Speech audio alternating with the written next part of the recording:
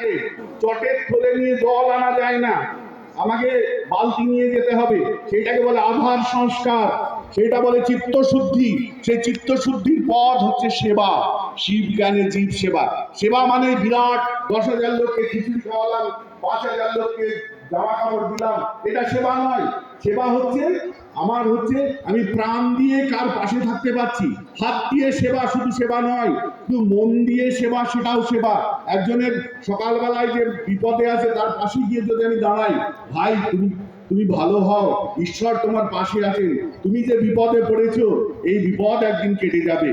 হাত দিয়ে সেবা একজনের কাছে যাওয়া যায়, 10 জনের কাছে যাওয়া যায়, কিন্তু মন দিয়ে সেবা, প্রেম দিয়ে যে সেবা, সে হাজার হাজার জনগোষ্ঠীর কাছে পৌঁছানো যায়। এইটাই চিত্তশুদ্ধি। বিবেকানন্দ এইটাই শিখিয়েছেন, জীবে প্রেম করে যেই জন সেই জন সেবিছে ঈশ্বর। এই মানুষকে সেবাই হচ্ছে ঈশ্বর সেবা। সেই ঈশ্বরকে সেবার মধ্য দিয়ে ভারতবর্ষ জেগেছে, ভারতবর্ষ জাগবে, ভারতবর্ষ আবার প্রকট ভাবে জেগে থাকবে।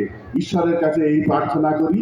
আপনাদের এই স্কুল আজকের এই পবিত্র দিনে এর শুরু হলো, এর অবশ্যই আজকে শুরুর আগেই এত ছাত্র দেখতে পাচ্ছি, নতুন করে শুরু হোক ভারতবর্ষের যে শিক্ষা, সেই শিক্ষার মধ্য দিয়ে ছাত্রছাত্রীর মধ্য দিয়ে সেটা জাগরিত হোক, এটা ঈশ্বরের কাছে প্রার্থনা করি। এবং আমার প্রার্থনা কিছু এসে যায় না, এই সূর্য আকাশে আছে আমি দেখছি না তার মানে আমার কাছে নেই, তা নয়।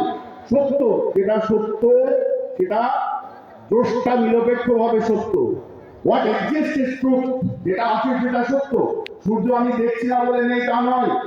ঈশ্বরের অভিপ্রায় যে ভারতবর্ষ জাগবে, এই বৈদিক শিক্ষার মধ্য দিয়ে জাগবে, সততার মধ্য দিয়ে জাগবে। আপনারা সেই শুরুয়াত করেছেন, আমি যে কাঠবেড়ালির মতো আমরাও আপনাদের সঙ্গে আছি সেতু বন্ধে। ঈশ্বর আপনাদের মঙ্গল করবে। হরি ওম, হরি ওম, হরি ওম।